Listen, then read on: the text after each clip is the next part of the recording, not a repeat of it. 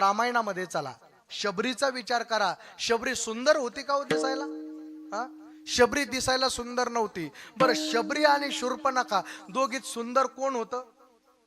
शूर्पणखा सुंदर होती ना. शूर्पणखा राक्षसीन होती, पण वरतून तिनं सुंदर रूप केलं, मायावी होती. आणि एवढं सुंदर रूप धारण केलं, रामाकडे गेली. रामाला म्हणते माझ्यासोबत लग्न करा. राम नाही म्हटले, मग लक्ष्मणाला म्हणते माझ्यासोबत लग्न करा. याचा अर्थ वासना कधीही एका जागेवर थांबत नाही, ती वासना आहे महाराज.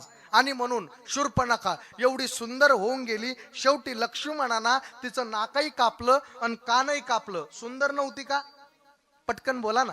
सुंदर होती, पण देवानं स्वीकार केला का? का नाही केला? फक्त वरूनच सुंदर होती, आतून सुंदर नव्हती. तसं शबरीच्या बाबतीत नाही महाराज. शबरी कुष्ठ झाली होती, शरीर म्हातारं झालं होतं, वरून जरी सुंदर नव्हती ना, अंतकरण एवढं पवित्र होतं बरं का.